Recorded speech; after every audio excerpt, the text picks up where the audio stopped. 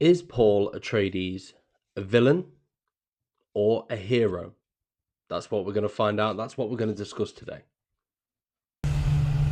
I trusted you!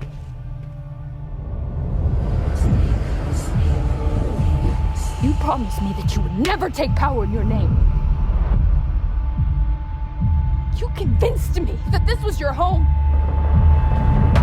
That I was your home.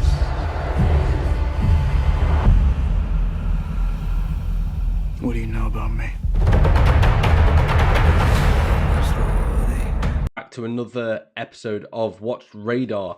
So, this is the one. We've had the brand new trailer for Dune 3, and it looks epic. Absolutely epic. So, everybody watched Dune Part 2, I'm guessing, with thinking Paul Atreides was the hero. Now, if you haven't watched Dune Part 1 or Part 2, the new remake, you've got to go and watch it. It's absolutely sensational. And everyone who watched Dune has seen who doesn't know the original material and the original movies, I myself personally had never watched them either, has seen Paul Atreides come from a boy to a man leading a revolution against the Empire and fighting for his house's name and to seek justice for what happened to his father. Now, it is unbelievable what they've done with this movie. It could go down as one of the greatest trilogies ever. Really could.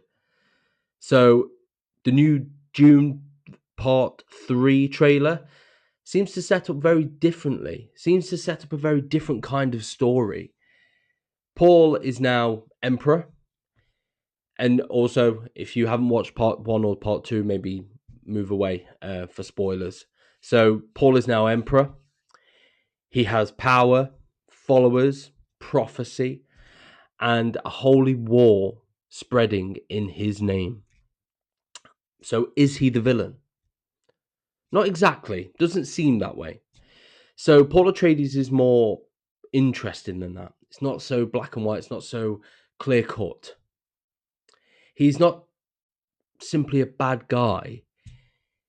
He is a tragic anti-hero, if you could put him as anything. So someone who can see the damage coming, but still becomes the center of it. So he has witnessed the atrocities that have come before his family and within the galaxy and the world that he lives in. But for some reason, he's now adding to that chaos.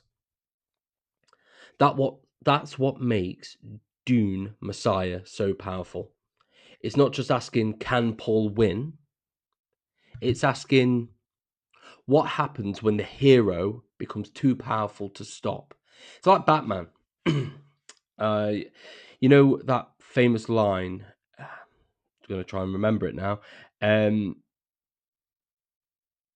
You either die a hero or live long enough to see yourself become the villain. What a powerful line. And it's just the same in this movie. It's asking what happens when the hero becomes too powerful to stop. We have this in real life, so it resonates within the screen. But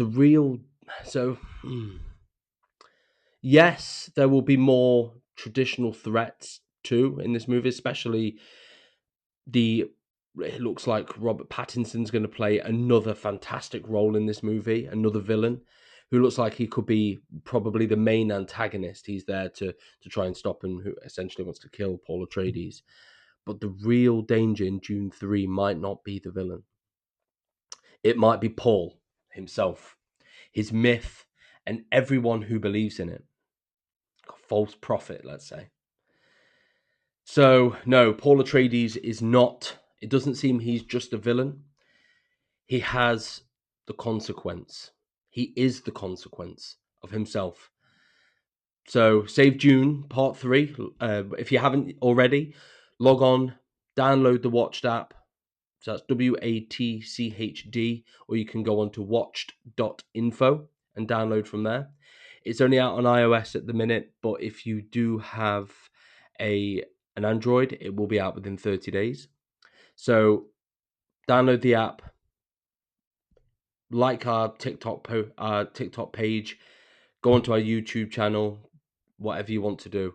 Now, save Dune Part 3 on your watched radar and see what your friends think.